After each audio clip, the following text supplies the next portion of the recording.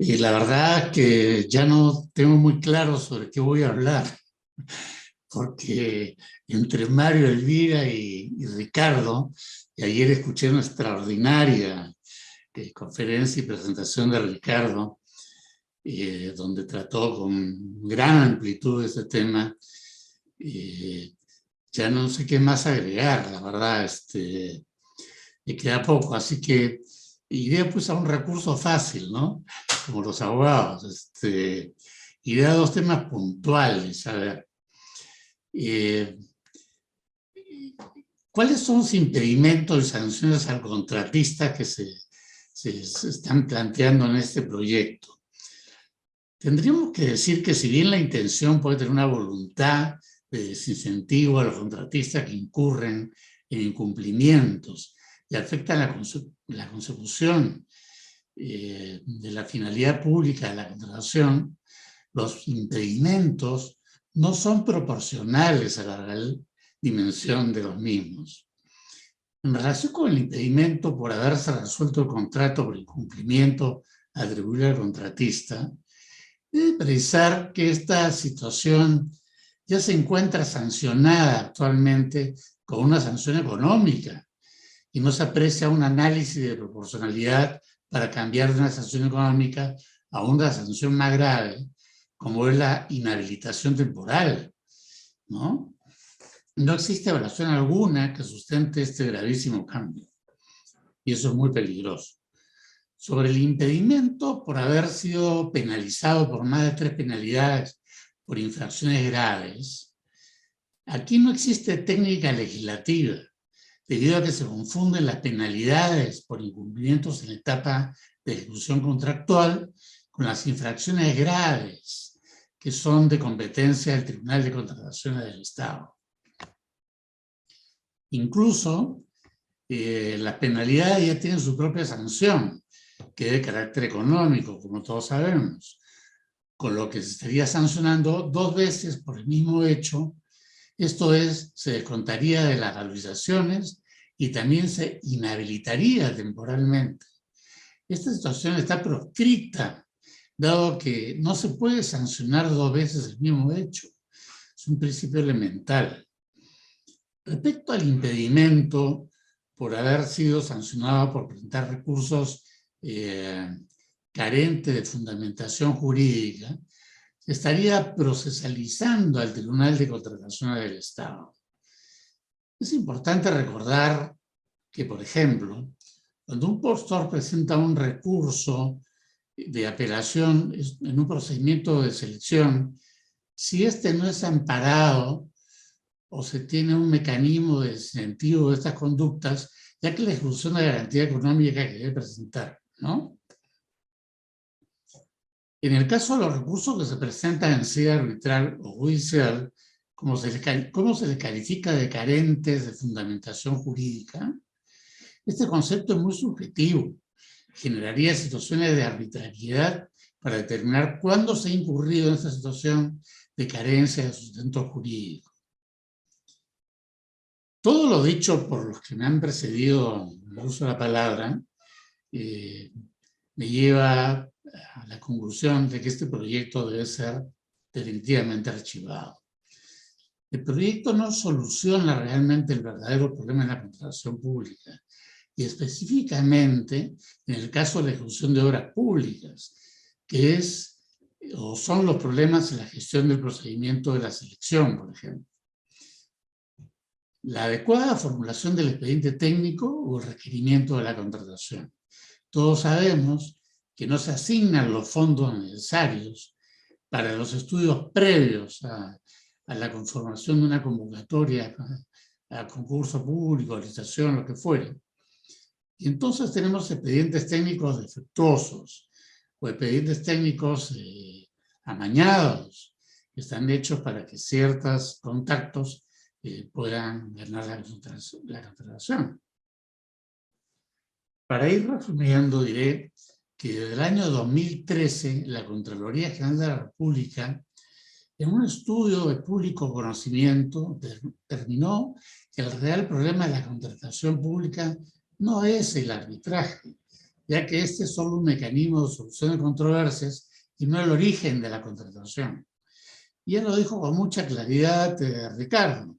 Me ha señalado los porcentajes de lo que se le da la razón al demandante o al demandado, y esto no afecta sustancialmente la relación económica contractual con el Estado. El proyecto no solo no resuelve el verdadero problema, sino que además genera un mensaje que es: en nuestro país la inversión privada no será tratada adecuadamente, ya que vulnerará el derecho al contratista a acceder a la tutela jurisdiccional efectiva, su derecho al trato igualitario, y se le envía un mensaje que la solución de controversias es lo que menos importa, porque se opta por el Poder Judicial, cuando esta jurisdicción ha colapsado su capacidad, no puede ni siquiera soportar su propia carga antes ni ahora. Esto sin dejar de considerar que en el tema del Poder Judicial, y esto no va en ofensa de los jueces ni de los miembros del Poder Judicial, sino es una realidad objetiva, que por eso existe en el Perú y en el mundo el arbitraje. Tenemos un tema de lo que es la competencia y la especialidad, la experiencia.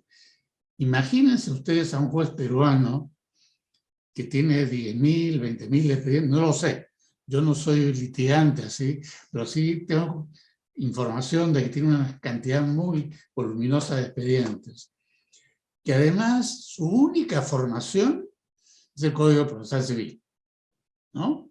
Entonces, ¿cómo resuelven? Bueno, exagerando, ¿no? Porque obviamente conoce el Código Civil y el derecho, pero en el arbitraje, ¿qué se ven? Cuestiones de alta complejidad.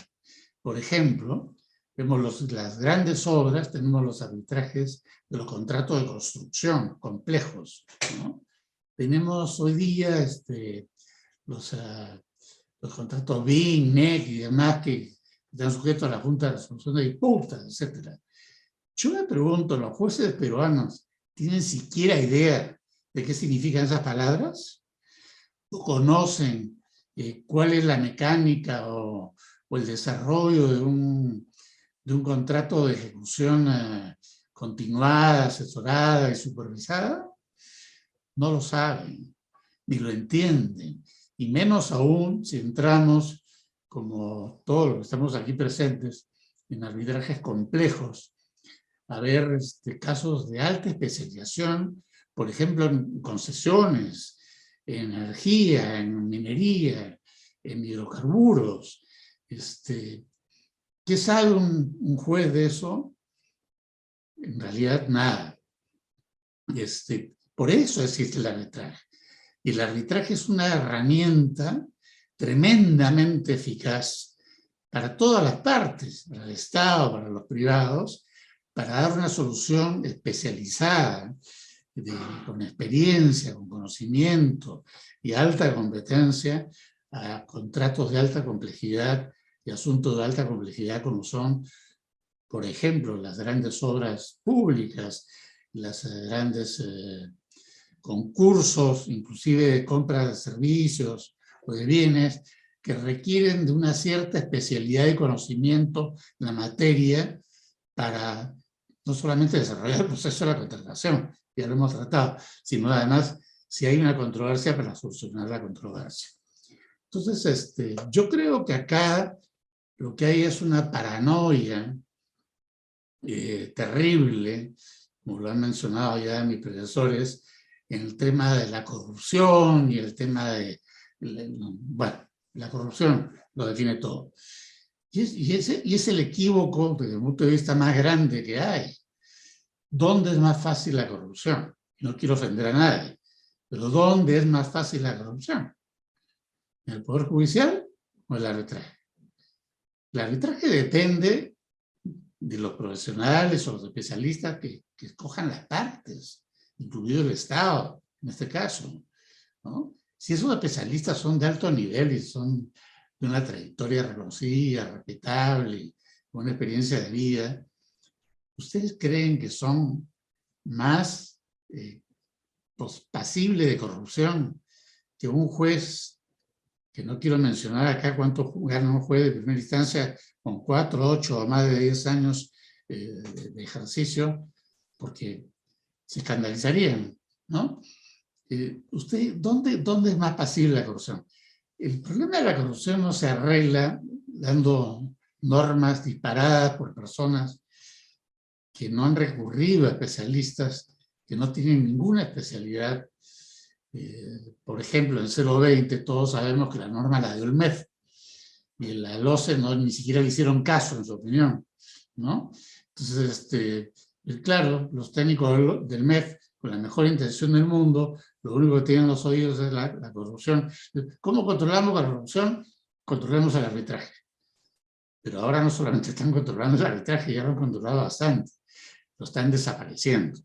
Porque con estas normas lo único que van a hacer es lograr la desaparición del arbitraje, por lo menos con el Estado. Bueno, con el Estado, los privados son libres de controlar lo que quieran.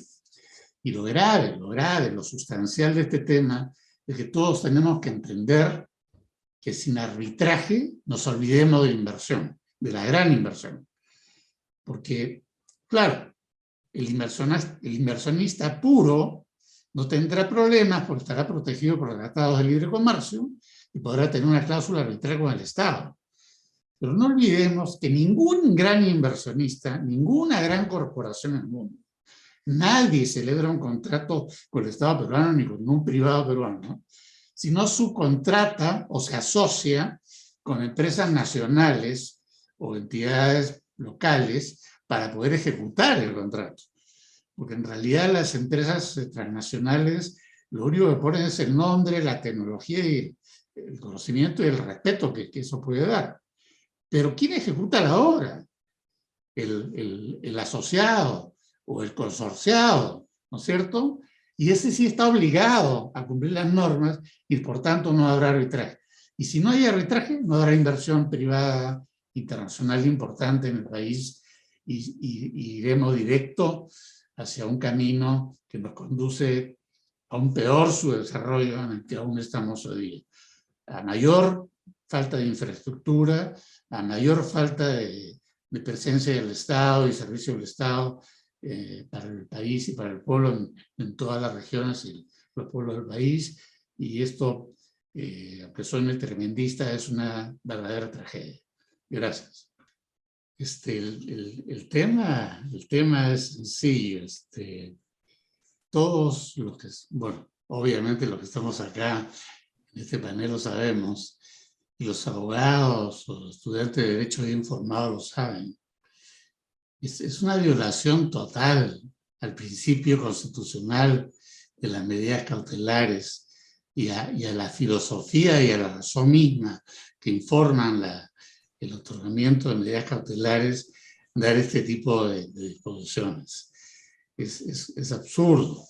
Y es absurdo porque, como creo que Ricardo dijo en algún momento también, creo que en su primera intervención, el Estado ya tiene todas las protecciones del mundo. El Estado está hiperprotegido. O sea, además queremos darle más protecciones.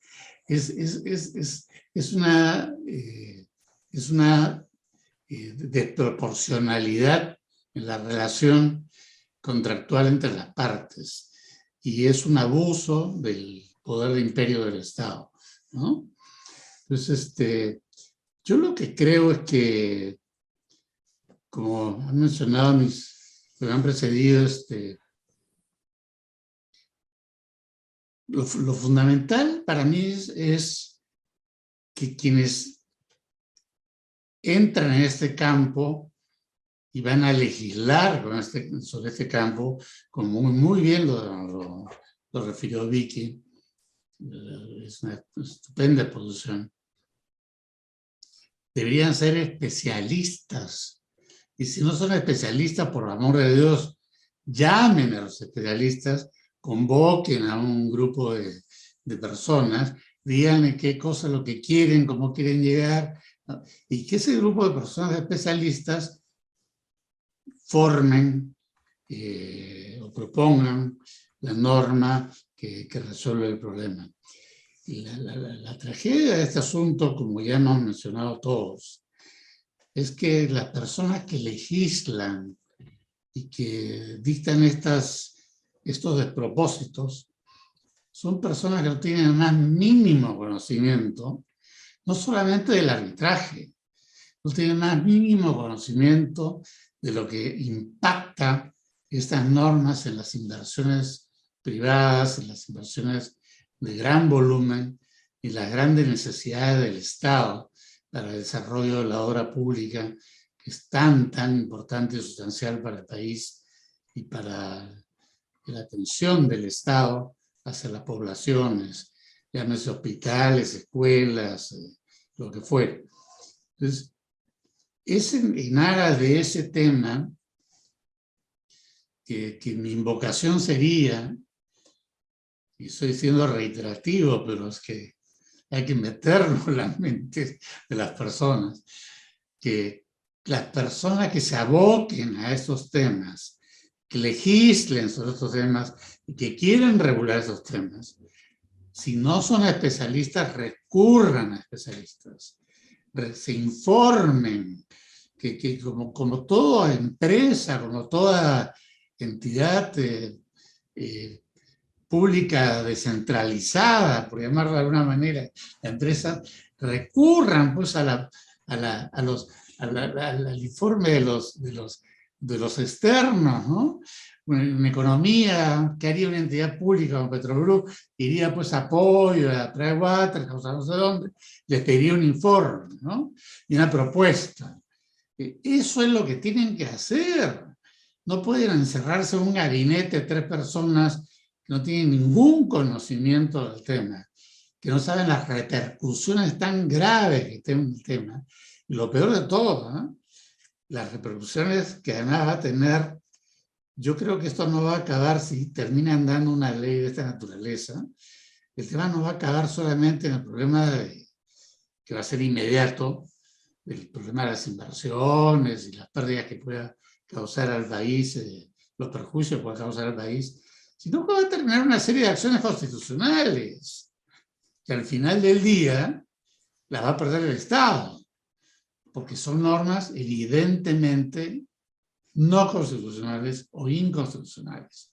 Afectan a derechos fundamentales, a los derechos de la paridad en el proceso, a los derechos del equilibrio entre las partes, al derecho del debido proceso entre las partes. O sea, yo no sé pues si serán economistas, sociólogos o ingenieros, no estoy despreciando a nadie. ¿Eh? Lo que estoy diciendo es que quien debe opinar sobre esto es quien conoce el tema y quien debería formular las propuestas de normativa y de cambios son las personas especialistas, competentes y con amplia experiencia en el tema. Y que además en nuestro país, así como hay muchos casos controvertidos, etcétera, pues nos sobran los dedos de las manos para contar, por ejemplo, a los extraordinarios y distinguidos panelistas que tenemos hoy día, los extraordinarios profesionales que tenemos, que son dueños de una absoluta transparencia, integridad ética, moral, enorme competencia y enorme experiencia de años en el tema. Entonces, ¿por qué no convocan a esas personas antes de hacer estos despropósitos, ¿no? Entonces yo, perdón si me excedí, pero finalizaría diciendo que ese para mí es el kit del asunto. El día que entendamos, cuando queremos arreglar algo, o legislar sobre algo, o regular algo, llamemos a los especialistas, les preguntemos su opinión y que ellos presenten propuestas. Y no 3 ignotos en el tema, en un gabinete dan un despropósito que además de mal escritos, mal redactados, y es una contradicción entre la exposición de motivos y la propia regulación normativa, es un contrasentido. Es nadie con experiencia y con la profesionalismo que podemos tener algunos en el campo, pueda emitir eso es absurdo, ¿no? Perdón, gracias. Importante su opinión, doctor, y seguro, en palabras del doctor Mario Castillo, usted es el decano del arbitraje, así que creo que con su opinión este proyecto debería ir Con directamente toda al la archivo. disculpa del auditorio de mis panelistas, eso es su opinión, doctor Rafael Ruiz. Yo no soy un Bien, maestro doctor.